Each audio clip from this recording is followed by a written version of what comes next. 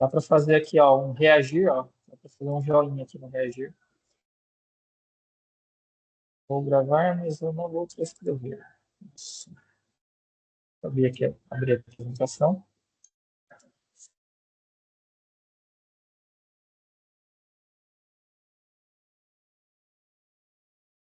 Então, está gravando, parei a transcrição, carregou a apresentação. Vamos lá, pessoal. Caso alguém não me conheça, meu nome é Thiago. Eu sou PEC, né, professor especialista em currículo da parte de desenvolvimento curricular, de ciências humanas. Estou aqui na diretoria de ensino desde 2021, desde a época da pandemia, que a gente fazia as lives ao vivo, né? Este ano eu fiquei como PEC de desenvolvimento curricular. Anteriormente eu acompanhava algumas escolas mais de perto, mais especificamente, né? Essa é a primeira oportunidade que a gente tem para poder conversar sobre a nossa área. Eu vou acabar fazendo a replicabilidade aqui dessa formação que eu recebi da equipe da EFAP, lá de São Paulo, tá? São umas informações aí, fiz uma curadoria, né, para que a gente pudesse não tomar muito tempo, né, de vocês. E vamos lá, né, o tema, né, era trabalhar por dentro do currículo de ciências humanas, né. O primeiro tópico que eu vou apresentar para vocês, não vou dizer que vai discutir, porque eu vou deixar as dúvidas para o final, tá? É sobre a questão do planejamento. Um tópico que tanto nos ATPCs, né, da EFAP, quanto também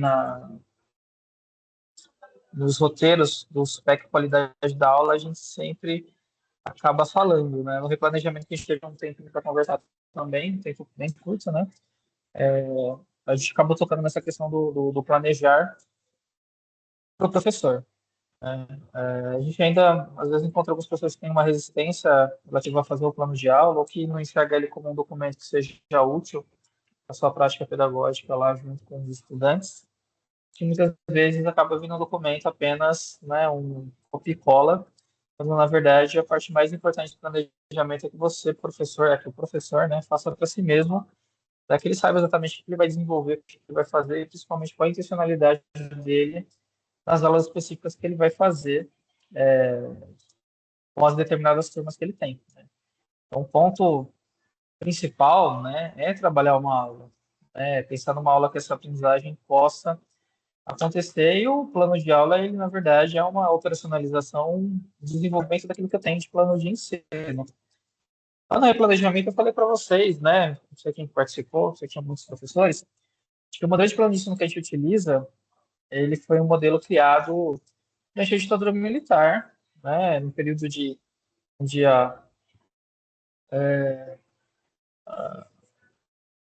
onde se desprovém, né, o currículo e os materiais de uma crítica ou de uma espécie de reflexão, e apenas operacionaliza como quase como se fosse um manual. Né?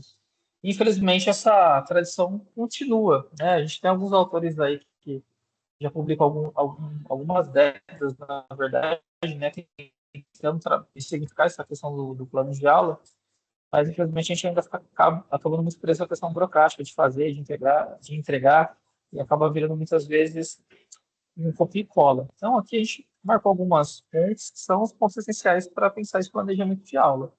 Os dois primeiros pontos aqui a gente sempre faz, porque a gente já tem um currículo para seguir, a gente tem lá um escopo de sequência, então acaba virando um copia e cola mesmo, né? É objetivo de aprendizagem, né? Definir o que os estudantes vão aprender, principalmente ali a questão das habilidades, né? As competências, a gente esquece um pouquinho da questão da atitude, né? Assegurar os objetivos que devem ser específicos, mensuráveis e alcançáveis. O segundo ponto é o conteúdo. Escolher esses conteúdos aí são relevantes, né? Já está alinhado no currículo, porque eu já vem do mesmo por sequência. E considerar também a lógica, né, e os diferentes níveis de complexidade, que geralmente fica para trás e não aparece nos planos de aula. Perfil da turma. Ah, eu tenho que fazer uma aula específica para cada turma? Não. Monta uma aula, porque os objetivos vão ser os mesmos, as habilidades vão ser as mesmas, talvez a metodologia também seja a mesma, Mas é interessante, às vezes, deixar um campo de observação para esse perfil dessa turma. Quem são esses alunos que eu vou trabalhar? Tem conhecimento prévio? Não tem? Dá para pensar um pouquinho nos interesses deles para, sei lá, pensar nas analogias que eu vou fazer, nas metáforas? Qual que é a linguagem que eu vou precisar fazer uma adaptação? Essa é uma questão muito grande, que a gente tem, às vezes, um material para a prova paulista, né? Então, uma linguagem, às vezes, muito rebuscada, que o nosso aluno não consegue entender, não tem um glossário, não tem nada. É importante que o professor pense nesse perfil da turma na hora que ele está preparando a aula dele. Ele está preparando a aula dele para ele e para os estudantes, não para vocês, coordenadores, EGPACs, apenas para poder fazer essa entrega, né? A ideia que eu estou preparando essa aula é que, principalmente, eu estou pensando em como tentar atingir esses alunos da melhor maneira possível. Quarto ponto, metodologia. A gente fala muito sobre metodologia ativa, é um chuveirinho aí que está na nossa cabeça faz muito tempo. É importante entender que tem espaço, né, e tempos para tudo. Não dá para só utilizar a metodologia ativa e não dá para não utilizar nenhuma, né? Sabendo e conhecendo o perfil das turmas, eu sei que, por exemplo, uma turma está um pouquinho mais avançada, eu consigo lançar a mão de algumas ferramentas, outra precisa ter uma aula um pouquinho mais pé no chão, vamos dizer assim, né? Para conseguir chegar nesses mesmos objetivos de aprendizagem. Não posso exagerar, querer colocar metodologia ativa em tudo, porque senão descaracteriza, vira qualquer coisa, vira só um recurso desprovido de contexto, né? E também não dá para ignorar ela completamente, porque senão também acaba ignorando meus próprios estudantes, certo? A ideia é que dê uma variada nessas metodologias, dê uma certa dosagem, principalmente porque nós temos pouco tempo dentro dos nossos componentes, né? História e Geografia no Fundamental, as aulas foram reduzidas, Filosofia e Sociologia no médio também, Geografia também sempre foi reduzida. Então, a gente sabe que em determinados momentos a gente tem que dar um sprint, tem que dar uma corrida com a matéria, com os tópicos, né, com os processos que a gente está trabalhando. E em algum outro momento a gente tem que dar uma parada e tem que trabalhar um pouquinho mais devagar, porque os estudantes não estão no ponto que a gente ainda deseja que eles estejam, né? Básico de recurso didático, né? Nosso material digital, livro do estudante também. Os caras falaram do Leia, mas talvez nós estamos um pouquinho, vamos dizer assim, fadigados, né? De alguns recursos, né? Principalmente do Leia aí, nesse sentido. Mas o professor precisa lançar mão também, não ficar só preso dentro desses dois parâmetros. Eles são básicos para a gente poder consultar e preparar a aula, mas eu sempre falo, né, os nossos guias ou os nossos livros de cabeceira dos nossos componentes, né, eles são extremamente importantes para a gente poder ir atrás de um conceito específico, procurar algum processo, tentar escrever um processo histórico específico. O pessoal de geografia, principalmente, trabalha com cartografia, trabalhar com mapas, procurar excertos de texto, procurar documentos históricos e por aí vai. Pensar nesse material que a SEDUC oferece como um ponto de partida, necessariamente, não como apenas um ponto de chegada do que a gente vai fazer. Questão do tempo, eu aprendi isso lá com o pessoal da Unicamp, lá fazendo Prof. História, acho que está até aberto as inscrições ainda, depois me mandar um comunicado. Questão do tempo, né? Nosso tempo ele é muito curto, a gente tem aulinhas de 50 minutos aí, às vezes lá deu certo de pegar uma aula dupla, talvez, né? Mas hoje ainda não dá para ter dupla e dupla, né? São 3 aulas no fundamental, então sempre vai ter uma aulinha quebrada, né? A questão do tempo ela é importante, vou fazer, sei lá, uma estação por rotação. Fazer em uma aula às vezes não é muito curto, se eu tiver uma aula dupla dá para eu fazer essa troca, né? E principalmente lembrar, pessoal, que a gente tem, esse tempo é curto, ele vai se encurtando cada vez mais. A gente tem que chegar na sala, tem que, dependendo da aula, se for a primeira aula, aula depois do intervalo, a molecada chega, precisa colocar eles no lugar, precisa pedir atenção, precisa fazer a chamada, eu levar isso em conta também, né? A gente pensa assim, 50 minutos de aula, quanto tempo eu realmente vou ter para poder falar e para que esses estudantes também façam uma atividade? Meia hora, 40 minutos? Não sei. Então eu tenho que pensar nesse tempo aí, tentar otimizar ele da melhor maneira possível, porque se eu sempre for admitir que eu vou ter 50 minutos de aula, eu não vou ter, né? Quem está na escola sabe, né, as agruras que a gente vai passando para conseguir organizar a sala, muitas vezes, para que eles sentem, para que eles abram o caderno, para que eles prestem atenção. É alguma coisa que muitas vezes, quando aparece lá no plano de aula, aparece o tempo, uma aula, infelizmente a gente não tem uma aula, então é importante pensar nisso. E por último, avaliação, quando tiver, né, quando for o fim de uma sequência didática, por exemplo, ter bem claro ali como que eu vou verificar o aprendizado desse estudante, que tipo de atividade que eu vou fazer, que tipo de proposta eu vou fazer, principalmente ser bem claro nas orientações. A gente coloca atividade lá, eles vão fazer um cartaz aqui, mas eu não coloco no meu plano de aula as orientações básicas. E é importante a gente ter marcado, porque assim, sei lá, eu tenho, no mesmo dia eu vou ter aula com três, quatro, eu estava nos anos diferentes, por exemplo, né? Então, às vezes eu falo em um e não falo no outro, né? Uma coisa que eu vi que eu achei bem legal das aulas que eu andei acompanhando nesse último mês, principalmente, não sei se fiquei mais, né? Se há para nas escolas, como que faz a diferença o professor dar orientações claras para o estudante quando esse professor está trazendo, está utilizando uma metodologia, está lançando mão de alguma coisa específica do que ele vai fazer. É claro que assim, a gente como professor tem que falar uma, duas, três, quatro vezes, né? Acaba ficando um pouco chato e repetitivo, mas essa clareza das informações ela é importante. E para eu não esquecer de fazer isso, é legal que eu tenha essas, vamos dizer assim, essas orientações por escrito, mas no meu próprio plano de aula mesmo, né? Para não deixar de falar, esquecer de falar em uma sala e falar em outra e por aí vai. Essa clareza das informações que o aluno precisa fazer, principalmente, ajuda a ganhar bastante tempo, né, dentro da sala de aula, um tempo bem curto. Né? E também pensar que as avaliações elas são formativas, não dá para fazer só avaliação somativa com os nossos estudantes. Né? Outro cuidado importante com a avaliação, que eu acho que eu vou acabar voltando para esse tópico, é de como avaliar, né? Pensar bem nos critérios, né? Das avaliações internas que a gente faz, porque ainda é comum, né? Pegar questões que não foram adaptadas, foram tiradas de outra fonte, às vezes no vestibular, de uma prova de METEC, e aí quando eu tiro essa questão, né? Do contexto onde ela foi feita, eu preciso fazer obrigatoriamente uma adaptação, né? Quando eu estou pensando numa questão de uma prova de METEC, de um vestibular, por exemplo, ou de um Enem da vida, é uma prova para fazer a escolha, né, para cursos geralmente de alta demanda, inclusive, né? Então, eu vou ter uma graduação ali do nível e da dificuldade das questões. Se eu não prestar atenção e ficar copiando questões de banco de questões de história, geografia, filosofia, por exemplo, eu posso orientado só pelos conteúdos que eu quero trabalhar e pelas habilidades, puxar só questões difíceis para o meu estudante, não fazer uma prova balanceada para realmente conseguir medir ali o que esse cara aprendeu. Tá? Então é muito importante, ao fazer ou ao utilizar outra fonte, né, para trazer essas avaliações, eu tenho bem claro quais são os critérios, o que eu estou realmente avaliando ali, e os níveis de dificuldade para conseguir realmente avaliar esse estudante contrário, pode ser que você faça uma prova muito difícil e o seu estudante não consiga fazer. Ou fazer uma prova muito fácil também, né? Essa do que aponta, né? Os ATPCs lá de planejamento de aula e Pauta multiplica como espaço que ela utiliza para falar sobre esses temas. Ter, principalmente multiplica até espaço para poder discutir, falar sobre as ações e tudo mais. E a gente termina esse tópico com essa reflexão aqui.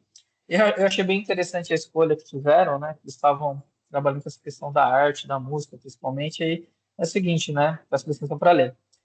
Planejar é uma arte. Planejar não é apenas organizar tarefas ou distribuir responsabilidades. Concordo completamente. É um ato criativo, sensível e profundamente humano. Também concordo. Por mais que você peça para a IA fazer lá, monta um plano de aula para mim, mas ela não sabe quem que é seu aluno, não sabe que tem um Zezinho que pula, não sabe que tem um aluno lá que é da educação especial, nem nada do tipo. Assim como o artista compõe sua obra, quem planeja constrói caminhos, desenha possibilidades e transforma as ideias em ação. Mais ou menos, porque o artista geralmente ele faz uma, duas, três obras. A gente não, a gente repete, né, e dá essas aulas aí ad infinito, basicamente, né? Então, concordo em partes, né? Sim, planejar é uma arte, mas ela também é uma arte que está ligada a uma tarefa bem desgastante, que é estar em sala de aula e ter várias aulas no dia, né? E ter que lidar também, muitas vezes, né, com a disciplina dos estudantes, com essas lacunas muito grandes que eles acabam trazendo, né? Então, para mim, diferencia bastante do trabalho de um artista. Ele vai lá, faz a obra dele, apresenta, a outra pessoa interpreta e por aí vai.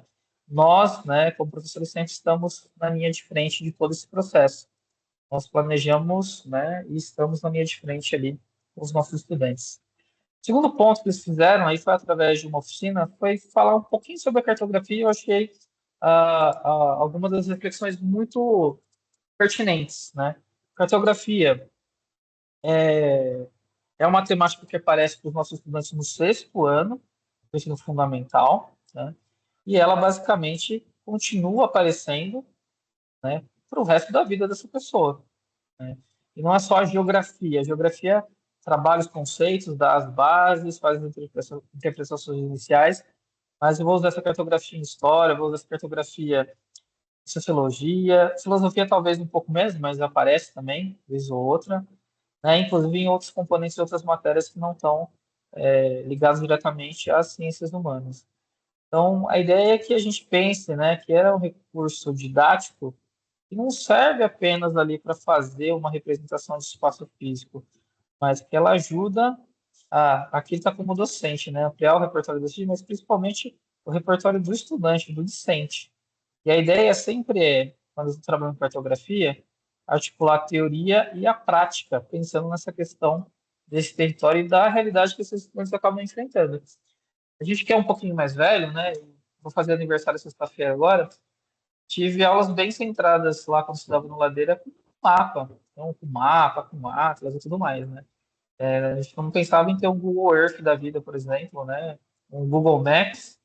Eu uso muito o Google Maps para calcular rota, para olhar, explorar lugares e tudo mais, né? Mas não se tinha essa tecnologia aí, coisa de 15 anos atrás, basicamente. E a gente meio que essa tecnologia colocou a necessidade de entender que cartografia é um campo de conhecimento ali da geografia e que principalmente para trabalhar esse conceito, né, e para conseguir extrair o máximo dele, eu preciso ter um trabalho meticuloso, não só ali em geografia, mas também com as outras áreas. A gente tem apresentou alguns slides aqui que vão chamar atenção para isso, né? Mas lembrando então, né, cartografia trabalha aí inicialmente com os mapas e as cartas. Ela é uma representação em duas dimensões de um ambiente que está em três dimensões, que é a nossa realidade. Trabalha-se muito a questão das proporcionalidades e tudo mais, né? Os nossos estudantes vêm mostrando muita dificuldade nessa leitura cartográfica, não só na hora de fazer questões ali da prova paulista, mas da prova interna. Até dentro de algumas aulas, você vê aluno questionando o conceito básico de cartografia, porque ele não consegue fazer a leitura do mapa, da Rosa dos Ventos, e por aí vai, né? Então, a gente já tem essa dificuldade nessa identificação básica do que serve a fotografia, e isso impede que a gente consiga fazer esses levantamentos mais, vamos dizer assim, mais críticos, né? Que trazem uma leitura mais reflexiva para a nossa realidade, né? Esses levantamentos ambientais, socioeconômicos, educacionais, saúde, por aí vai, né? Porque não é só uma representação espacial, mas é uma certa tentativa de representar esse espaço territorial que a gente ocupa, nós como seres humanos, e principalmente de problematizar e criticar esse espaço. A cartografia ela vem ainda, ela é um grande desafio para a gente trabalhar ali na sala de aula, e a ideia é que esses mapas eles não devem ser utilizados só para localizar os lugares. Eu tenho que ter uma conexão, né, com o cotidiano. A gente fala assim, cotidiano dos estudantes. Parece algo meio difícil, assim, né, de se pensar. Quando o professor, o pedagogo está lá no quarto, quinto ano, ele trabalha essa coisa mais do dia a dia. Ah, vamos fazer um mapa aqui onde é a escola, da sua casa. Trabalha um pouco de cartografia afetiva, né? No sexto ano a gente tem introdução como conceito, e o professor vai passando ali as ferramentas básicas para conseguir fazer uma leitura de mapa, e a partir daí vai ser mapa para o resto da vida, basicamente. E muitas vezes é algo que a gente acaba passando sem dar devida atenção. A ideia é que a gente trabalhe essa cartografia, que a gente consiga explorar ela como uma ferramenta crítica e não apenas como uma simples representação, como eu já havia falado anteriormente. Aqui a gente pegou da prova paulista do segundo bimestre, o terceiro está muito recente ainda, mas a gente vai dar uma olhada no que cai, o que aparece. É um descritor do sexto ano, né? Foi uma questão onde eles acertaram apenas 29,7%, 30% vai, dessa questão. Essa porcentagem é do estado inteiro, tá? Não é da nossa diretoria, é do estado inteiro das 5.400 escolas. O conteúdo era trabalhar a visão vertical de um mapa e o descritor era reconhecer as características do ponto de vista vertical da imagem. Então, uma habilidade bem simples, vamos dizer assim, bem inicial, tá ali, né, no reconhecer. E a gente teve um aproveitamento muito ruim, né? Eu digo assim, pessoal, a gente sabe que na aplicação dentro da prova paulista, nossa, agora que eu vi que tá esse resultado duas vezes aqui. Nem sempre é o ideal, a gente sabe que tem a internet, não funciona, não salva, muitas vezes o aluno não lê e tudo mais, mas mesmo isso, eu considero ser um dado da realidade, a gente pensar em que se ele tivesse, conseguisse ler, tivesse, reconhecesse fácil aquilo que está sendo proposto para ele, provavelmente ele responderia certo, provavelmente, certo? Outra habilidade aqui, o do escritor, perdão, do sétimo ano, identificar características da dinâmica populacional brasileira e o conteúdo de dados demográficos da população brasileira. São umas aulas bem legais, inclusive eu assisti uma aula dessa, né, uns bons meses atrás, né? E a gente também teve um aproveitamento muito baixo dos nossos estudantes. Depois, uma questão do ensino médio, que era o escritor era identificar características do relevo brasileiro, o conteúdo era sobre relevo, né, e os alunos acertaram só 40%, 33% dessa questão. Então, primeiro, como que eu saio a habilidade que eu tenho lá no meu escopo sequência para o descritor, né? O escopo sequência ele faz um recorte da habilidade. Aqui está duas habilidades do sexto e uma habilidade do ensino médio. A do ensino médio é que mais salta aos olhos, porque é uma habilidade gigante, né? Ó, analisar e avaliar criticamente os impactos econômicos, socioambientais. Ela é muito grande. Para eu pensar em montar uma atividade, para eu pensar em montar uma questão, nesse caso de múltipla escolha, para que esse estudante consiga fazer essa atividade, eu consiga identificar, observar que ele realmente sabe, eu preciso fazer esse recorte, o recorte que vem do descritor, que é assim como o SAIB funciona também, né? Lembrando que no ensino médio eu tenho as habilidades em comum dentro da área, né? Então, essa mesma habilidade aqui eu aplico para história, para geografia, para sociologia e filosofia. Aí eu preciso desse descritor para ele me dar esse caminho, e principalmente para ele deixar mais claro ali qual vai ser a ação que esse aluno precisa fazer dentro dessa questão, ação cognitiva, né? Para eu entender se ele realmente aprendeu ou não aprendeu esse determinado conteúdo, esse determinado conceito, né? Então, eu saio dessa habilidade gigantona aqui do ensino médio e vou, né, saio dessa habilidade grandona e vou para um descritor aqui que é bem mais simples, identificar características do relevo brasileiro. A camarada tem que saber a diferença do que é planalto, o que é planície e por aí vai. No sexto ano acontece a mesma coisa, são habilidades menores, né? E só uma outra observação que eu esqueci de fazer. Por exemplo, aqui, ó, essa habilidade aqui, ela começa com analisar. Analisar, se vocês lembram lá da taxonomia de Bloom, a revisada, dentro das escadinhas que tem ali, analisar já é algo que eu tô lá em cima. Eu tô, sei lá, no quarto degrau, se eu não me engano, né? E por que que ele colocou identificar? Porque dentro de uma prova eu preciso fazer essa, essa diferenciação entre questões fáceis, médias e difíceis. Como que eu faço isso na visão utilizando a taxonomia de Bloom, né? Eu vou usar os verbos de comando ali dentro, né, dentro da área, os mais simples para os mais complexos. Nesse caso aqui são os dois, na verdade, identificarem tudo, né? Então, com a mesma habilidade aqui, eu posso fazer três questões diferentes, utilizando verbos de comandos diferentes, que pedem uma ação cognitiva diferente do estudante, apenas trocando o verbo. Então, o escopo sequência ele faz um pouco desse trabalho já de fazer esse recorte para a gente. Claro que, qual que é o nosso grande problema em relação ao escopo sequência? Ele é meio feioso, né? Eu falo isso, né? Colocar um monte de texto no Excel é quase um sacrilégio, né? Excel não é para ficar colocando aquele monte de texto. O que vai acontecer no ano que vem? Ano que vem vai ser guia de currículo priorizado, primeiro para o fundamental, depois para o médio, e todos os nossos componentes. Hoje a gente só conta com guia de matemática e de língua portuguesa. Vão sair guias atualizados, a gente vai sair daquela formatação muito bizarra que a gente tem no Excel, e ele vai ser incorporado dentro desse guia. Esse guia vai ser clicável. Você clica lá na série, clica no componente, vão ter lá as habilidades priorizadas. O professor clica na habilidade priorizada, aparecem todas as habilidades que ele tem que trabalhar para chegar nessa priorizada, que vai ser a base para poder fazer as avaliações externas. E já vai ter também, junto com as habilidades, vão aparecer ali os objetos de conhecimento e tudo. Vai ficar bem mais navegável, vai ficar um documento bem mais palatável de se trabalhar, vamos dizer assim. Tá?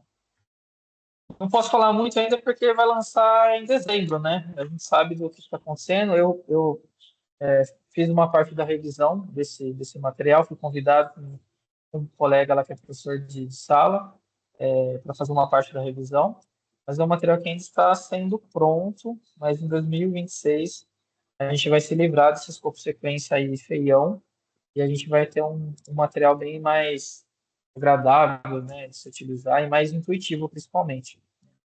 Então, voltando aqui à questão da cartografia, mapas em história, como que esses mapas aparecem em história? E que é importante vocês passarem aí para o professor de história de vocês. Mapa não é neutro.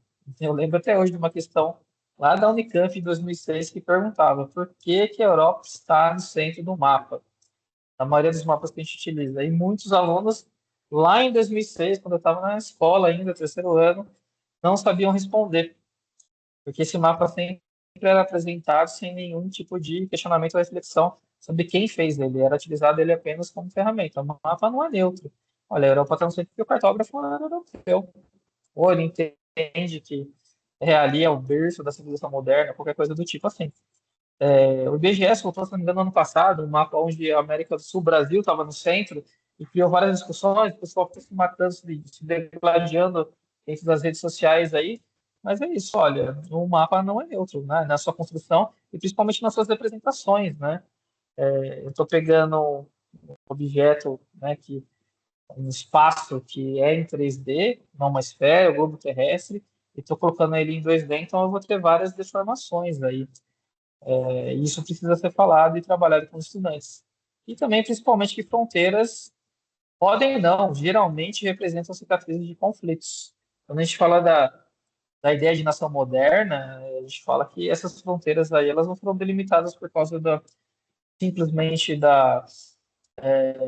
por causa de acidentes da natureza, por outra coisa do tipo, né? O que mais vai definir as fronteiras modernas que nós temos hoje são questões políticas e questões envolvidas principalmente em conflito.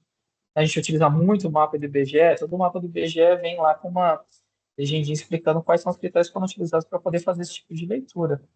Né? Então, é importante quando o professor de história vai trabalhar esse mapa aí, o mapa pode aparecer muitas vezes como um documento histórico e não apenas como um mapa cartográfico, beleza? Segundo ponto, mapas em sociologia, né? Acho que sociologia, é um prato cheio também, né? Tem esse ponto que revelam construções políticas, né? São construções históricas e políticas, e principalmente utiliza esse mapa para discutir questões sociais. Né? Em história, por exemplo, um assunto clássico é falar sobre a divisão do continente africano, mas se eu não e fazer uma comparação com o continente africano hoje, com as linhas retinhas e tudo mais. Então, a sociologia ela consegue abordar isso de maneira bem, acho que até tenho uma inveja aí dos colegas de sociologia, sabe? De uma maneira mais, não vou dizer emblemática, mas vou dizer assim, uma maneira um pouco mais orgânica, que eu sempre estou discutindo coisas do presente, não tem esse exercício sempre de voltar toda hora para o passado, apesar de a sociologia utilizar também os conhecimentos históricos aí, e fazer essas relações, essas questões sociais, né? Isso eu posso partir, é muito comum falar sobre as divisões que o IBGE tem entre o Brasil, né, e os recortes que eu posso fazer em relação a IDH, em relação a nível de alfabetização e por aí vai, e aí eu faço esse cruzamento com a questão econômica, por exemplo. Então, dentro da sociologia aparecem sim mapas, bastante mapas, inclusive, e esses dois pontos são os mais interessantes de se levar para o estudante, né? O professor sempre que for trabalhar com o mapa, lembrar que ele revela uma construção política, uma construção histórica e principalmente que ele discute aí questões sociais. E aí a gente passa para os descritores do SAEB. Pessoal, a gente sabe que a cada dois anos temos o SAEB, né, a antiga Provinha Brasil. Para os alunos que estão no final do ciclo, nono ano e terceiro ano, né? Sempre em matemática e língua portuguesa, e cada 2 anos muda-se a prova de amostragem. Em 2023, eu cheguei a aplicar a prova, inclusive, em escolas aqui da nossa região, e tinha de amostragem de ciências humanas. Esse ano não tem. Esse ano tem ciências da natureza. Talvez agora só daqui a 2 anos para aparecer ciências humanas também. Seria importante, seria interessante, né, se entrasse não como amostragem, mas como algo comum de se trabalhar também, mas infelizmente a gente acaba sendo deixado um pouco de lado, né? Ciências da natureza e ciências humanas também. Aí o que que acontece? Bom, se não tem ciências humanas, deixo de lado, ou trabalho fica todo ali com o pessoal de matemática e língua portuguesa. Eu acho legal passar para vocês uma fala, né, que eu já ouvi de alguns colegas, mas principalmente da Rita, que é PEC aqui de língua portuguesa, porque assim, enquanto em língua portuguesa eu vou aprender ali o básico de gramática, vou aprender gêneros textuais e tudo mais, as regrinhas, principalmente, né, não só, mas principalmente na área de humanas, que a gente consegue dar vazão para todo esse aprendizado, principalmente contextualizar esse aprendizado para o nosso estudante.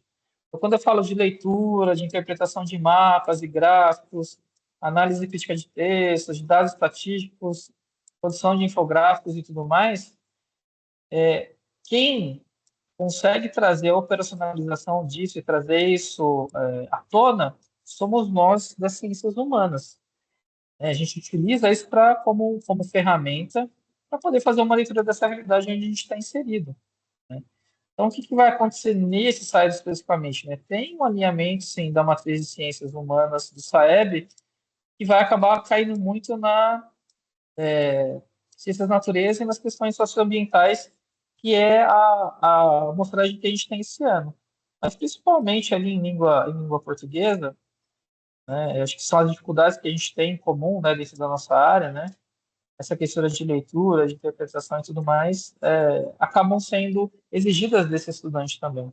Então, ele aprende lá em língua portuguesa, esses ancestrais, ele aprende a gramática, ele vai utilizar também dentro dessas aulas, mas na nossa não tem como trabalhar sem pensar nessa questão de leitura, de interpretação, de análise.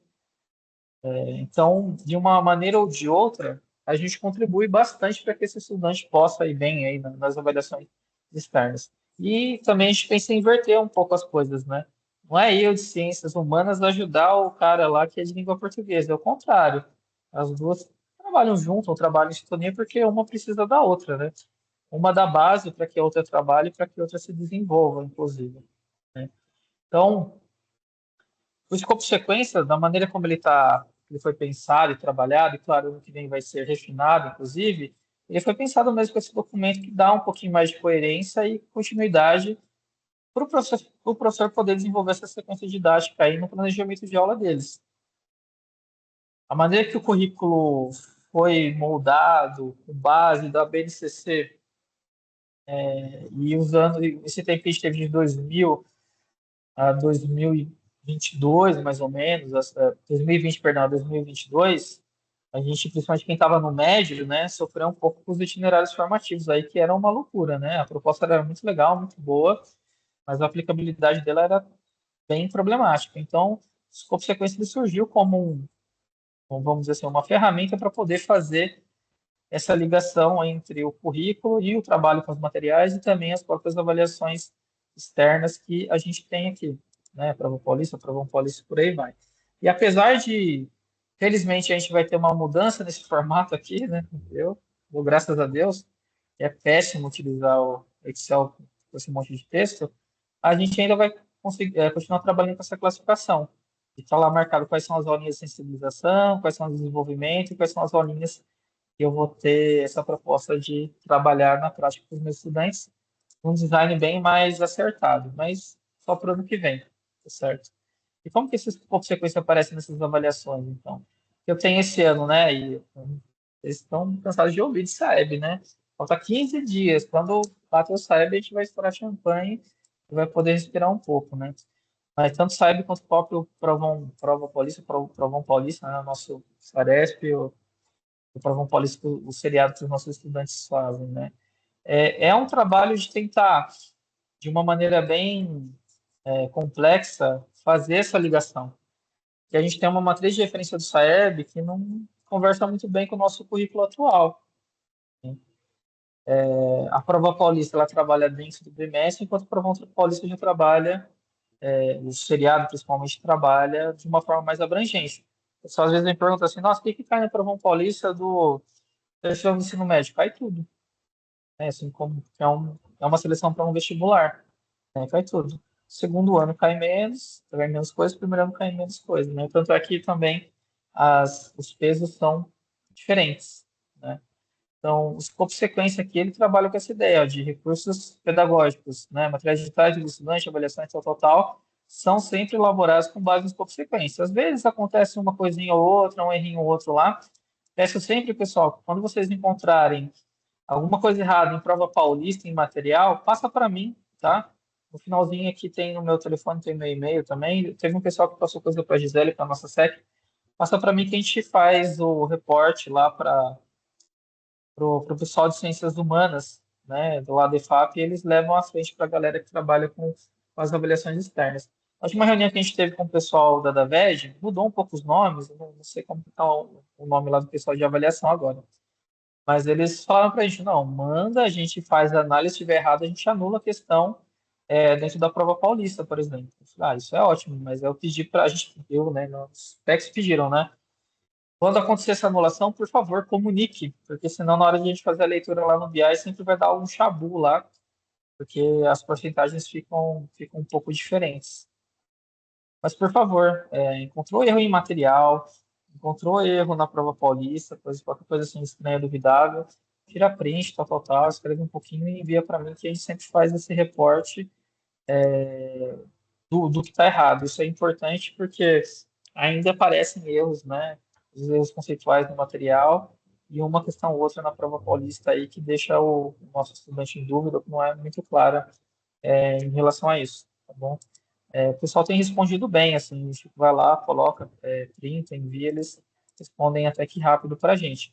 O que está no material impresso não tem como mudar, porque já está impresso, mas no material digital vocês veem lá que tem várias versões, é porque eles foram fazendo essas correções aí. E é importante reportar esses erros, pessoal, porque às vezes a gente tem colega que não é da área que está dando aula. Então tem um professor lá de história que está dando aula de filosofia, um professor de geografia que está dando aula de história, vice-versa. E aí, às vezes, quando cai em temas muito específicos da nossa área, se o colega ele não conhece, ele vai acabar reproduzindo, né? Então, a ideia que eu estou tendo aqui, já conversei com alguns CGPACs, né? É de, a partir do momento que vocês reportarem esse erro, a gente verificar que é um erro mesmo, fazer um comunicado interno dentro da diretoria para que possa rodar nas escolas, para que nenhum professor seja pego de surpresa aí trabalhando um conceito, alguma informação de forma errada ou de forma desatualizada, tá bom? O terceiro ponto aqui, a gente vai falar um pouquinho sobre essas habilidades. Eles fizeram uma oficina lá chamada Caminho é Verbo, achei até bem poético. Como eu falei, eu vou enviar o meu material que tem esse reporte, tá? Mas vou enviar o material completo lá da EFAP com todas as oficinas, caso vocês achem interessante de trabalhar e reproduzir com os professores aí na escola, em ATPCA, TPCG e por aí vai.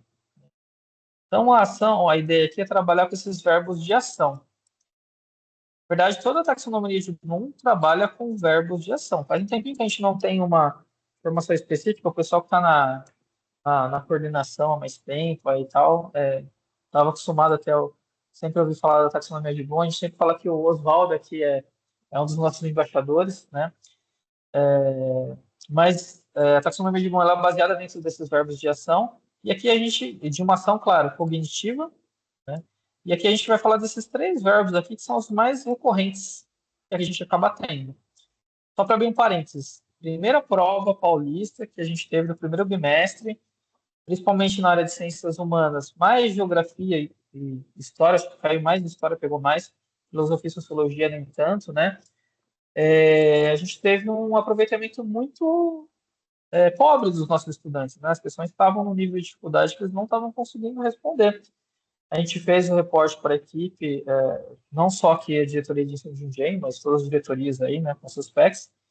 Então, a gente observou que teve uma mudança ali na hora de construir as questões, e principalmente escolher os verbos ali, para poder está no nível que os nossos estudantes consigam fazer a prova, inclusive.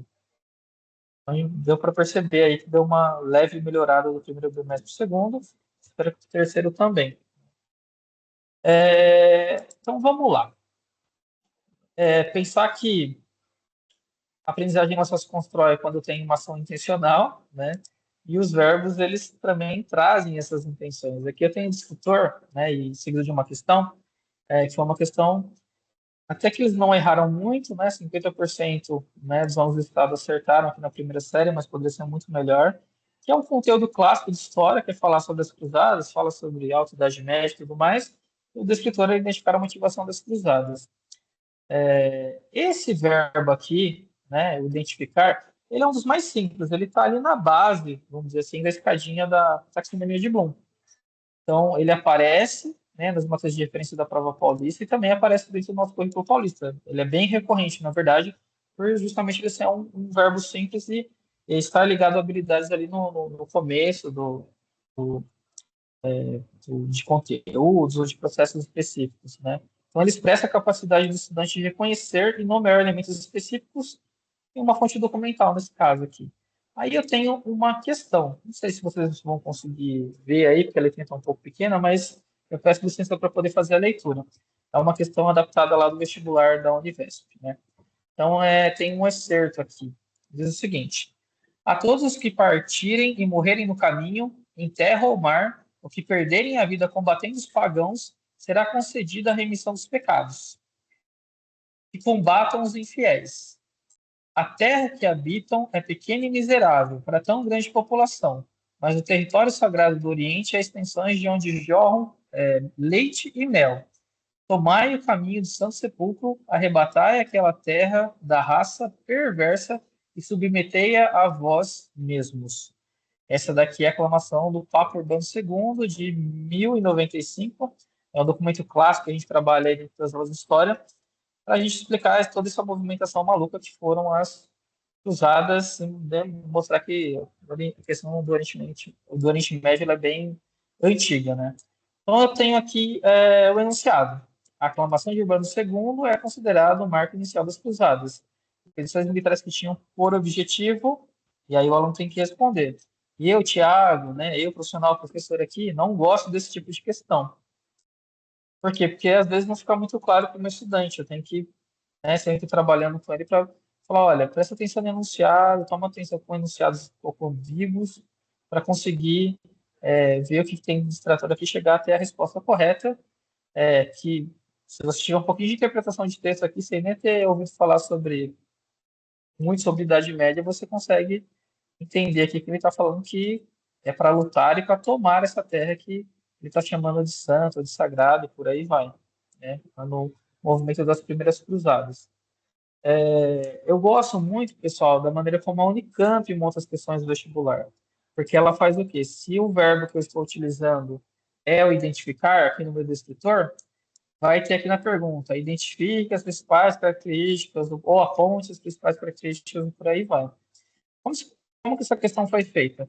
Eu tenho uma habilidade aqui do ensino médio mais complexa, é um analisar a ocupação humana, a produção de espaço de diferentes tempos, aplicando tal, tal, tal, tal, tal, tal.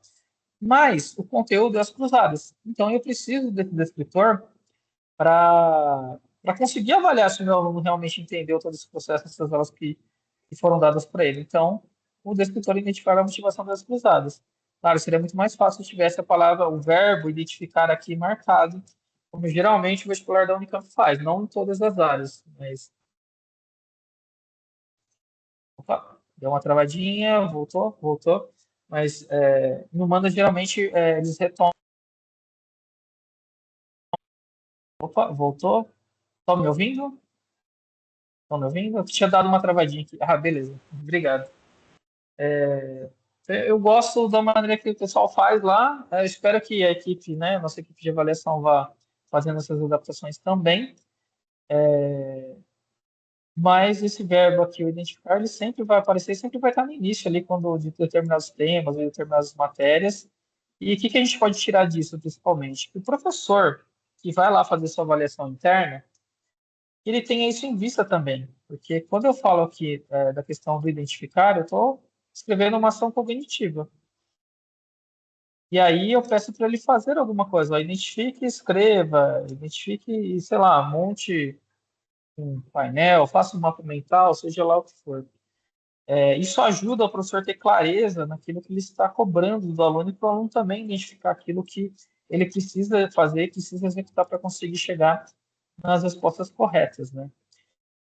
Segundo o descritor aqui, compreender, né? Pegamos aqui um conteúdo que fala sobre a colonização espanhola, né? O Bartolomé de las Casas até fala que esse descritor está meio mal escrito, que vai sair no ano que vem, no guia está um pouquinho melhor escrito, mas é compreender o processo de colonização da América Espanhola não é a partir do bispo, mas a partir da visão do bispo Bartolomé de las Casas, que era um camarada aí que defendia que os índios não, os indígenas, perdão, não deveriam ser escravizados, mas sim catequizados, né? Só muda a forma de violência ali. E também foi uma questão que os estudantes acabaram errando muito, né? Molecadinha do sétimo ano. Aí quando eu falo no compreender, eu dou um passinho a mais. Eu saí do identificar, que é o mais básico, agora eu já estou indo no compreender. Então, ó, compreender refere-se à capacidade do estudante de construir significado a partir de um conteúdo, texto ou fonte ou situação, mobilizando seus conhecimentos para interpretar ideias, relações, intenções e estruturas. No contexto das matrizes da prova paulista do Peito Paulista, esse verbo é frequentemente associado a habilidades que exigem interpretação, inferência e elaboração do sentido. Quanto o outro lá identificar é eu apontar, eu realmente circular, eu conseguir enxergar aquilo que está sendo falado, aqui eu já tenho uma ação cognitiva um pouco mais complexa, né, de se compreender, que eu tenho que fazer essa interpretação, eu tenho que fazer essa inferência, eu tenho que pensar em relacionar aquilo que está sendo mostrado para mim. A questão aqui, peço mais uma vez licença para ler, é o seguinte, ó, leia os trechos abaixo. O bispo Bartolomé de las Casas é o homem mais odiado da América, o anticristo dos senhores, o açoite dessas terras. Por sua culpa, o imperador promulgou novas leis que privam de escravos índios e filhos dos conquistadores. O que será deles sem os braços que sustentaram nas minas e nas lavouras? As novas leis estão arrancando a comida de suas bocas. Las Casas é o homem mais amado da América, voz dos mudos, denunciador de quem cobiça, converte Jesus Cristo no mais cruel dos deuses e o rei em lobo faminto de carne humana. Essa inversão dos textos aí foi feita pelo Eduardo Galeano, não sei se alguém conhece, foi um grande escritor chileno que faleceu, acho que pouco antes da Covid. Os livros dele são excelentes, inclusive o livro de História da América Latina. E inverte um pouco os valores, né? Ele pega um documento histórico onde a galera mete o pau no Bartolomé de las Casas porque ele está justamente brigando para que esses indígenas não sejam escravizados, e os senhores estão sempre, como sempre, reclamando, assim como os senhores escravos reclamaram aqui quando acabou a escravidão no nosso país, que foi muito tardia. E aí o Eduardo Galeano, na última frase aqui, ele faz uma inversão, né? Ele fala que ele é o homem mais amado da América, porque pelo menos tentar combater a escravidão indígena, né? E aí vem a questão, né, o enunciado. Bartolomé de las Casas foi uma das vozes mais influentes no debate sobre o tratamento dos indígenas durante a conquista da América Espanhola. Sob sua visão, é correto afirmar que o que vem de informação para esse estudante? Eu tenho um excerto que ele vai ter que ler e vai ter que fazer essa conexão do que está sendo falado com aquilo que ele aprendeu, então ele vai ter que compreender. E aqui eu tenho dois excertos, na verdade, né? Eu tenho um aqui onde a galera fala mal do Bartolomé e tem um aqui do Eduardo Galeano, né? Onde ele faz essa inversão aí e fala, não, ele é o cara mais adorado. Tá escrito em tempos históricos diferentes, né? Vamos dizer assim. E no enunciado ele me dá já uma pista aqui, ó. Bartolomé de las Casas foi uma das vozes mais influentes no debate sobre o tratamento dos indígenas, né? Então, pô, eu já sei o que esse cara fez. A ideia é que o aluno consiga puxar lá do conteúdo dos contextos que o professor trabalhou sobre colonização na América, né? E aí ele pergunta, o que é correto afirmar, né? Então aqui exige-se de novo a compreensão. Quando eu olho a habilidade é mais simples, ela está como descrever as formas de organização das sociedades americanas e tal, tal, tal. Mas como eu tenho uma prova que eu preciso graduar ela, colocar questões fáceis, médias e difíceis, aqui foi optado para utilizar o descritor compreender os processos, né, de colonização da América Espanhola, onde não só a interpretação, né, de texto desse estudante está sendo colocada à prova aqui, mas principalmente se ele consegue identificar, se ele consegue fazer essa inferência, se ele consegue fazer essa relação. É uma questão mais difícil de se responder. tá? E conseguir chegar na resposta correta. Fica fácil para a gente que é professor, mesmo para quem não é da área, mas para o estudante não fica. Né? E às vezes fala assim, tem muito texto na prova paulista, né? Você fala, pô, tudo isso daqui é muito texto. É claro que quando eu junto todos os componentes ali, cria essa fadiga de fazer a prova. Mas se ele conseguir chegar aqui, conseguir desenvolver, ele responde correto na maioria das vezes. Né? A questão é ultrapassar essas barreiras. E por último, eu tenho o verbo reconhecer. Né? Aqui também pegamos um conteúdo que é clássico, né? Que é falar sobre o apartheid na África do Sul. Alunos da terceira série, né? Quase metade aí respondeu certo. É um tema relativamente novo na história, né? E o escritor é reconhecer o fim do apartheid na África do Sul como superação de um regime institucional de segregação racial. Então, assim, nossa, por que em histórias, desde geografia, sociologia, aparecem habilidades assim dos escritores tão específicos, né? Porque são pontos, né, da nossa história ou dentro dos componentes que a gente está trabalhando que são inegociáveis. Né? Então, não tem como eles serem muito genéricos. E eu utilizo eles como base para falar sobre e para desenvolver outras habilidades e outras competências também. E aí a gente chega então nesse verbo, nessa ação cognitiva de reconhecer. Também é utilizado nas matrizes de referência da prova paulista do currículo paulista e principalmente diz respeito à capacidade do estudante de identificar e compreender elementos presentes em um texto ou fonte. Deu para ver como que foi feita essa construção? Identificar e compreender. Tem que fazer as duas ações cognitivas aqui para conseguir encontrar esses elementos nesse texto ou nessa fonte, ó, discernindo seu papel, significado ou função em um dado contexto. Nesse caso aqui, África do Sul, anos 90, principalmente, né? Acho que fez 35 anos agora que acabou o apartheid. Então, é uma verba aqui, uma ação cognitiva que aparece lá na escadinha da taxonomia de Bloom, que vai aparecer dentro das nossas matrizes aqui, que vai ser cobrado desse estudante e que não tem como ele conseguir responder e chegar se ele não passar pelas outras duas etapas anteriores aqui. Então, ó, embora semelhante ao verbo de ação cognitiva identificar, reconhecer, opera em um nível cognitivo ligeiramente mais amplo, pois exige não apenas a localização de informações explícitas, mas também a compreensão das relações que essas informações estabelecem dentro do texto. Eu sei que muitas vezes, pessoal, a gente está com o aluno que está com dificuldade lá no identificar, e muitas vezes é onde a gente tem que bater mais mesmo, é onde a gente acaba se dedicando mais. Porque sem esse identificar aqui, sem esse compreender, ele não chega lá no reconhecer, né? A gente tem essa discussão muito grande aí quando a gente fala de Saeb, né? De abaixo do básico, tal, tal, tal. Abaixo do básico está aqui, ó. Não consegue passar daqui, não consegue passar do compreender, e aí vai ter muita dificuldade, inclusive, para poder fazer um reconhecer, para poder fazer esse caminho aqui que a gente tem lá na taxonomia de Bloom revisado. Né? Eu não sei se vocês já abordaram com os professores de vocês, eu sei que tem professor que manja muito, tem professor na rede que tem mestrado sobre taxonomia de Bloom, mas é algo que a gente tem que pegar e discutir pelo menos uma vez por ano. Né? Como eu falei, aqui na diretoria a gente não fez essa discussão de forma geral, ela acaba acontecendo muito isoladamente dentro das áreas, mas a gente espera poder, ano que vem, né, sem Saeb, podendo dar um respiro um pouco maior, fazer esse trabalho formativo, retomar, na verdade, esse trabalho formativo com vocês. É interessante que a questão com o verbo mais complexo é a questão mais curta, né? Ó, me dá menos informação, né? Ó, peço licença para ler.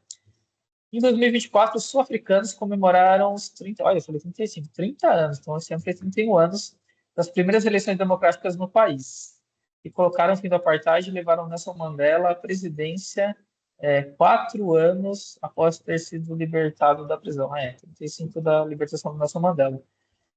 Questão. Na África do Sul, o fim do apartheid representou. Aí você fala, nossa, o excerto é curtinho, o enunciado é curtinho e mesmo assim a questão é mais complexa? Sim. Na habilidade estava identificar, mas o descritor aqui, lembrando, uma prova que eu tenho essa graduação de dificuldades, tá, o reconhecer o fim do apartheid da África do Sul como superação de um regime institucional de segregação racial. Se ele não entendeu lá que era uma separação injusta entre as pessoas, foi um regime que foi lei, inclusive, que era extremamente excludente, ele não consegue responder a questão, ele vai ficar perdido nos distratores aqui, né? De que, ó, que é a expressão de um regime de segregação racial. E esse regime de segregação racial era extremamente problemático para as pessoas dentro daquele contexto. E a gente fala também sobre segregação racial nos Estados Unidos, fala sobre linka com outras e traz outros questionamentos para o estudante pensar e refletir sobre a própria realidade dele. Aqui no Brasil a gente não teve leis tão explícitas, mas a gente tem sim um problema teve um problema assim, de segregação racial e de racismo e preconceito que se arrasta até hoje, para falar a verdade. Aí, o que foi interessante dessa oficina que eu acho legal, que pelo menos vocês apresentem os professores, né? Não necessariamente vocês são obrigados a fazer oficina, tá? Mas foi dado 3 documentos, né? Uma charge, uma imagem, um texto. A charge aqui aborda os esqueletos, né, da ditadura militar, né? Muitos desses esqueletos aí, porque nós não temos acesso a uma boa parte da documentação durante a época da ditadura militar, muita coisa foi perdida, foi queimada. Existiu-se também uma anistia, né, para quem aplicou o, o regime, o golpe de origem ao regime. Segunda imagem é a Batalha do Havaí, do Pedro Américo.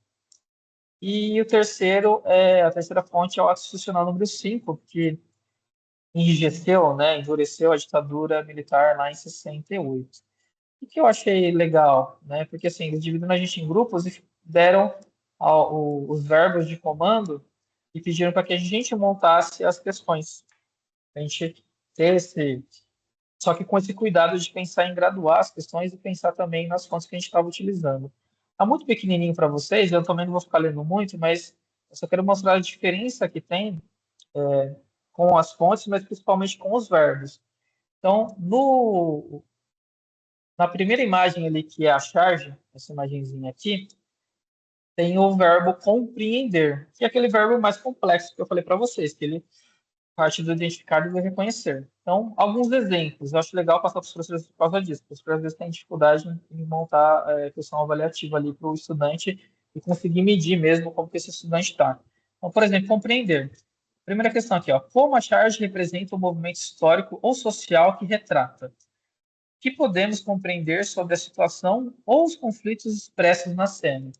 Ela é uma questão mais elaborada. Tem 2 perguntas ainda, né? Qual, que momento que é esse daqui que a gente está falando? Tá certo, a ditadura militar aqui, mas os alunos, né? E principalmente, o que ele está representando aqui? O que eu consigo reconhecer? Então, essa junção do compreender, do identificar e do reconhecer. Na segunda aqui, ó, o segundo grupo tinha o identificar, que é o mais simples. Então, tem aqui como questão, ó, quais elementos visuais, pessoas, objetos, paisagem, vestimentas, podem ser identificados na imagem? Essa daqui é o tipo de questão que eu gosto, porque ela utiliza o verbo de comando para que meu aluno faça ação cognitiva e eu consiga entender se ele está aprendendo ou não. Então, é uma questão simples, olha, identifique aqui quem são as pessoas, qual é o investimento, o que eles estão fazendo. É começar a fazer aquela análise inicial para depois falar sobre a Batalha do Havaí, para depois fazer essa introdução sobre a Guerra do Paraguai, o que ela significou para o Império Brasileiro e por aí vai.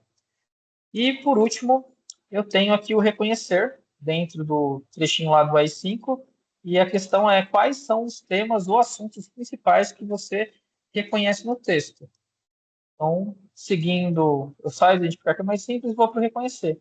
É um textinho que tem alguns artigos do AI-5, o AI-5 é muito curto, inclusive, né?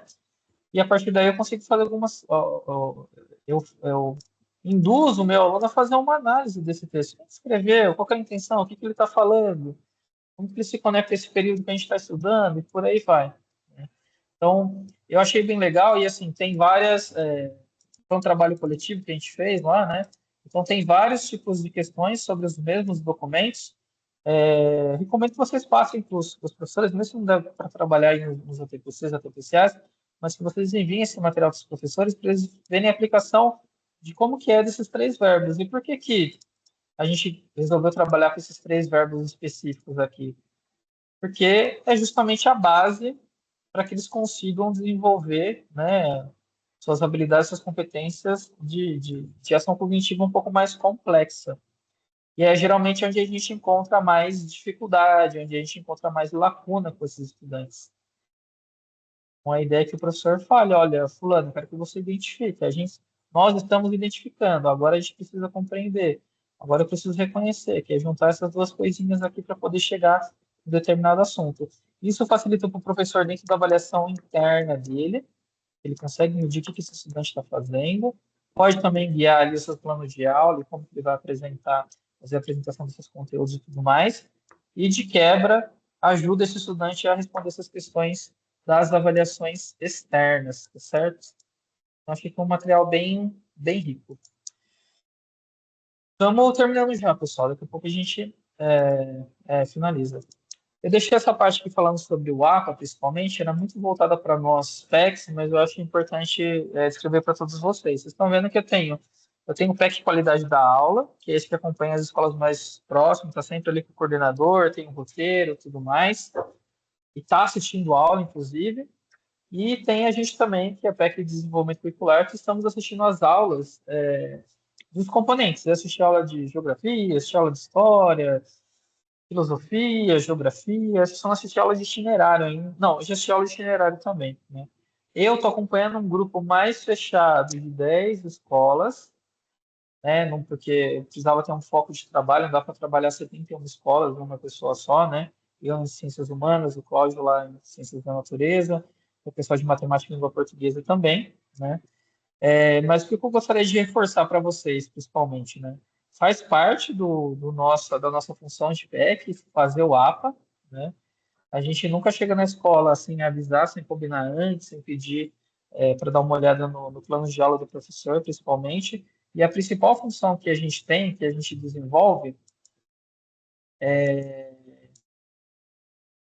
deixa eu só falar um pouquinho aqui, é que a gente seja uma base, um apoio para esse professor que está em sala de aula, para o CGPAC e também para o CGPG ou para o CGP.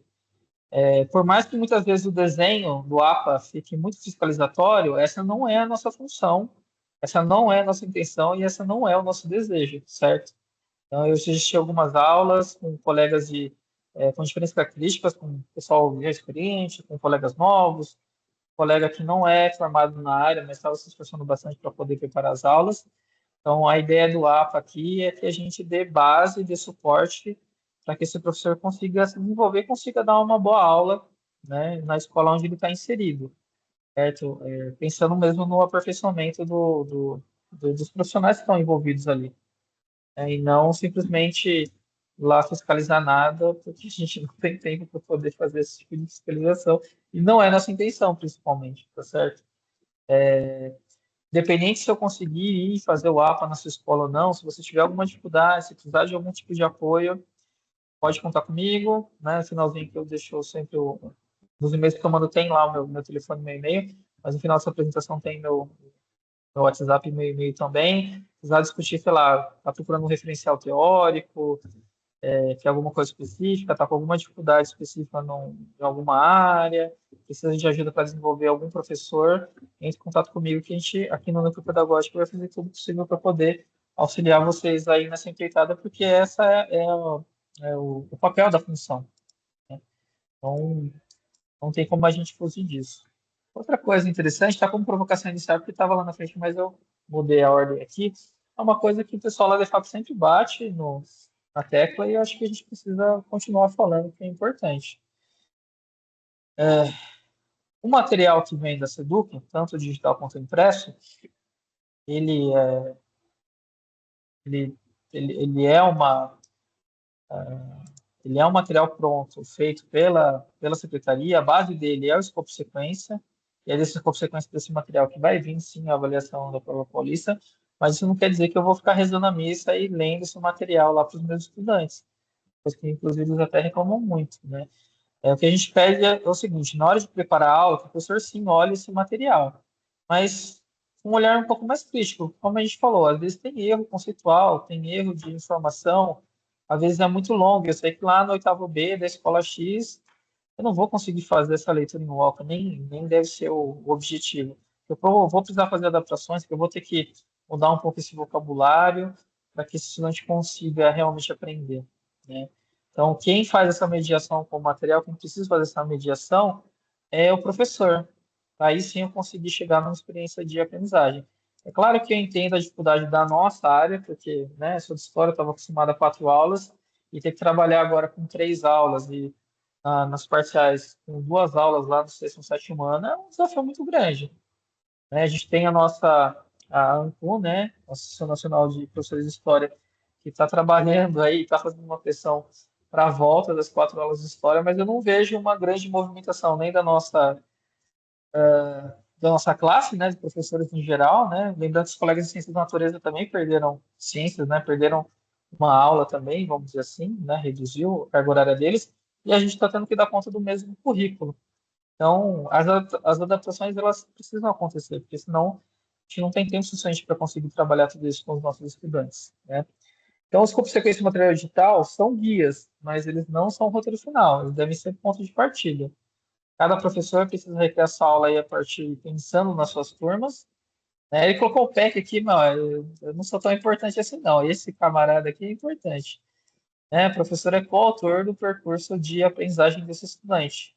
E seria interessante também, né, compartilhar essas adaptações bem-sucedidas para a gente trazer para a rede, né? Se tiver algum professor que fez algum trabalho muito legal, adaptou alguma coisa assim, deu um resultado bastante positivo e que é observável, é realmente uma boa prática, por favor, compartilhe com a gente aqui no núcleo pedagógico, que a gente acha que é importante, né? Então, ó, o material é o mundo que media, mas a educação acontece na relação viva. Esse é o meu papel em partes, né? Por que que digo em partes, pessoal? Eu gostaria de estar muito mais presente, de poder conversar mais com vocês, mas isso foi a segunda vez que a gente se encontrou, na verdade, né? A gente teve uma fala dentro do replanejamento. Espero que no ano que vem os encontros sejam mais regulares, eu acho que uma vez por bimestre, pelo menos, assim, bem mais curtinho, né? Ou encontros diretamente com os professores de formações específicas viriam muito a calhar, né? Porque a gente teve mudança de módulo na PEI, acontece muito, né, de ter colegas que são formados em uma área e estão acabando dando aula na outra. É importante que tenha esse espaço para que a gente possa fazer essas instruções. Eles colocaram aqui o Paulo Freire, né? O Paulo Freire fez aniversário, inclusive, né? Eu acho legal, muitas vezes as pessoas colocam o Paulo Freire, mas colocam uma frase, mas muitas vezes não defendem aquilo que ele trabalhava, né? É o nosso patrão da educação. Ele fala muito sobre ensino contextualizado, ele faz uma crítica bem forte à apostila,ção, vamos dizer assim, porque eu tenho material que é para todo mundo, mas que não é para ninguém. Então, a fala aqui é de reforçar que o professor ele é autor da sua aula, que ele precisa, sim, fazer as adaptações que ele acha necessária, tomar cuidado em reproduzir tudo 100% do tempo, porque, infelizmente, aparecem aí alguns erros e algumas falhas dentro desse material. Mas o que é importante que esse professor pense, né, quando ele está preparando a sua aula? Garantir que todos os estudantes tenham acesso a saberes fundamentais, né, sem reduzir aí só a diversidade pedagógica, né, de como abordar os temas, adaptar os conteúdos das abordagens para dialogar com a realidade e a cultura das turmas. Isso daqui faz uma diferença muito grande. Existem muitas aulas em que os colegas, na questão do domínio ali do conteúdo e tal, tranquilo, excelente. Mas contrato com a sala, às vezes, né, saber lidar um pouco com esses estudantes, né, parece tem formiga no bumbum, esse trato fica difícil, onde o professor encontra mais dificuldade, né, se a gente pega os colegas que são experientes, né, pô, o professor sabe dar uma aula muito boa, mas perde-se muito tempo com indisciplina, perde-se muito tempo chamando a atenção do estudante, muitas vezes o que pode ajudar, não sanar 100% do problema, né, não existe bala de prata para a educação, mas é procurar um pouquinho dialogar com essa realidade e essa cultura desses estudantes aí. A maioria aí são estudantes, né, de periferia, são da classe trabalhadora como nós, né? E principalmente atuar como articulador entre currículo, recursos e práticas, mas tentando de alguma maneira preservar sua autoria. Eu sei que é bastante difícil, principalmente por causa dessas avaliações externas e tudo mais, que acabam ditando muito o ritmo do que a gente faz em sala de aula. Como nós, de ciências humanas, não temos SAEB, deveria ter, na minha opinião, tá? Talvez não no formato que é hoje. A gente ainda tem um pouquinho mais de leniência dentro desse sentido. E pensar um pouquinho, né? Ó, o ato de conhecer não é ato de consumir ideias, mas de criá-las e recriá-las. Isso, pessoal, tem romantização, né? A gente sabe que a gente tem estruturas que não são 100% adequadas para os nossos estudantes. A gente sabe que falta material, que falta recursos, mas a aula ainda é nossa, a aula ainda é do professor, né? Esse momento precisa ser planejado, né? Então, essa parte do currículo aqui eu vou pular. O que eu quero deixar de referencial para vocês, tá? A maior parte das coisas que vem da Seduquem não tinha referencial, então esse daqui é um toque meu, tá? É específico para algumas áreas, mas que eu acho que são materiais muito bons de estudos, né? Primeiro, da Cecília Bittencourt, ensino de História, Fundamentos e Métodos. Aqui ela explica o basiquinho, desde como preparar uma aula, desde como trabalhar com material didático, trabalhar com recurso, com documento, assim. É um livro muito bom. A maioria das escolas tem, tá? Eu li esse livro na época que estava na faculdade, tá na, sei lá, quinta, sexta edição já, basicamente, né? Mesma coisa para de geografia, e aí já são várias autoras, na verdade, mas também, para o professor que está em início de carreira, o colega que não é da área, esses livros aqui eles dão um bom entendimento de como eu consigo fazer esse trabalho, quais são os conceitos mais importantes dentro da área, como eu monto essas aulas, como eu avalio, principalmente. Eles são de uma coleção da Cortez Editora chamada Docência e Informação. Você encontra eles de maneiras alternativas, dá para comprar também, mas são um pouco caros. Esse de história aqui, eu não lembro de ter ido numa escola que não tinha. O de geografia já é um pouquinho mais escasso, porque são livros um pouco grandes, assim, 400 páginas e tal, né? Mas dá para trabalhando partes específicas dele. E um cara que eu gosto muito, assim, todo lugar que eu vou sempre falo dele, porque eu acho que o trabalho dele é sensacional, é fantástico. Ele sempre trabalhou com escolas públicas, né? Ele sempre fez pesquisa em escola pública, né? Sempre se aproximou das escolas públicas, que é o Celso Vasconcelos. Esse livro aqui é muito bom, Indisciplina e Disciplina Escolar, Fundamentos para o Trabalho Docente, porque é uma das questões que mais dificultam o nosso trabalho dentro de sala de aula, né? Trabalhar com essa disciplina desses estudantes. A gente achava que, agora proibiu o celular, tá tudo certo. Não, né? A disciplina, ela continua lá, só que com menos apatia, vamos dizer assim, tá? Celso Vasconcelos é um cara que fala muito sobre planejamento de aula, plano de ensino, plano de aula, PPP. Nunca li um texto ruim que não fosse aplicável dele. E aqui ele traz uma dimensão bem prática do que se fazer, principalmente, né? Que eu acho muito bom. Lembrando que quando a gente fala de disciplina, eu não posso deixar tudo na costa do professor, né? Eu tenho que fazer um trabalho entre os colegas e também a própria gestão aí, né? Ter limites bem delimitados aí para conseguir trabalhar e conseguir ganhar, conquistar esses estudantes, né? Essa última semana a gente estávamos tendo a FLIG, que é eu sempre confundo se é feira ou se é festa, acho que aqui em Jundiaí é Festa Literária de Jundiaí, acontece aqui na Biblioteca Nação Fute, né? E assim, se não fosse um colega falar para mim, eu teria perdido, porque a Cida Bento veio na quinta-feira à noite, né? Eu quase perdi. E a Cida Bento, ela é uma psicóloga, mestre e doutora na área de psicologia social, principalmente. E ela tem esse livro dela, que é praticamente um clássico já, né, que é o Pacto da Branquitude, onde ela discute muito das implicações do racismo institucional. Ela, como mulher negra, né, que entrou na academia e tudo mais, ela falou que ela tinha dificuldade em conseguir emprego. Ela não entendia muito bem de como se dava essa dificuldade. Ela suspeitava que era o preconceito pelo racismo, mas ela queria entender por que que nas seleções as grandes empresas acabavam deixando essas pessoas de fora. Então, ela já trabalha há 30 anos com esse trabalho de seleção de pessoas e tal. Trabalha na CERT, que é uma sigla que eu não vou lembrar o que significa certinho cada letrinha, mas é uma empresa que trabalha para aumentar a diversidade dentro de empresas e de órgãos públicos, principalmente. Esse daqui é um livro que, apesar de falar da pesquisa dela, acadêmica e tal, é um livro de fácil leitura que eu recomendo bastante, assim. Tem Kindle, tem PDF, você consegue achar fácil na internet. Eu acho que é uma boa leitura a se fazer. O Dicionário de Ensino de História, da FGV, que é muito bom, é excelente. Tem também, né, dicionários... tem um aqui, eu acho, um de filosofia, que é um calhamaço, assim. Mas toda vez que também tiver um colega aí que não é da área, tiver com dificuldade, eu sempre recomendo os dicionários ou de ensino ou conceituais para que essa pessoa consiga entender ali quais são os pontos principais do componente da matéria, da disciplina para abordar com os estudantes. E eu sempre recomendo também o canal aí da minha colega, a professora Annelise. Ela fala especificamente de história, tá, pessoal? Mas ela trabalha muito com esses tópicos de preparação de aula, dessa ansiedade, muitas vezes, dos professores novos de dar aula, desse medo de não dominar todo o conteúdo, de ter que saber de tudo e tudo mais. Ela trabalha com bastante dicas práticas. Ela é de Jundiaí, inclusive, é jundiaense, né? Ela participou da nossa live lá do replanejamento. Tem um canal no YouTube com bastante material, bastante coisa, e faz um trabalho legal no Instagram, principalmente voltado para professores no geral. Tá? Eu aprendi bastante coisa com ela. Ela é minha veterana lá da Unesp de Assis. Então, esse é o meu e-mail, thiago.alves03@educacampo.sp.gov.br, e esse é meu telefone. Eu só peço assim, quando vocês forem reportar um erro, se for possível printar a tela, né? Ah, o caderno de filosofia está com erro conceitual aqui. Tira um print ou manda a página para mim para eu conseguir fazer reportar certinho para as devidas equipes, né?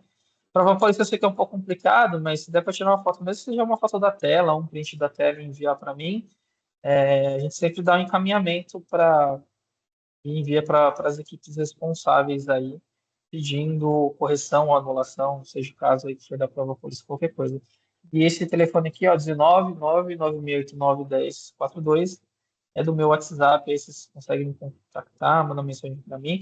Eu só peço um favor, se identifiquem. Às vezes, o pessoal vem falando comigo assim, eu não tenho contato de todo mundo, né? Eu, por favor, fala de qual escola você é e tá, sou o CGPAC da escola X, sou o CGPG da escola e tal.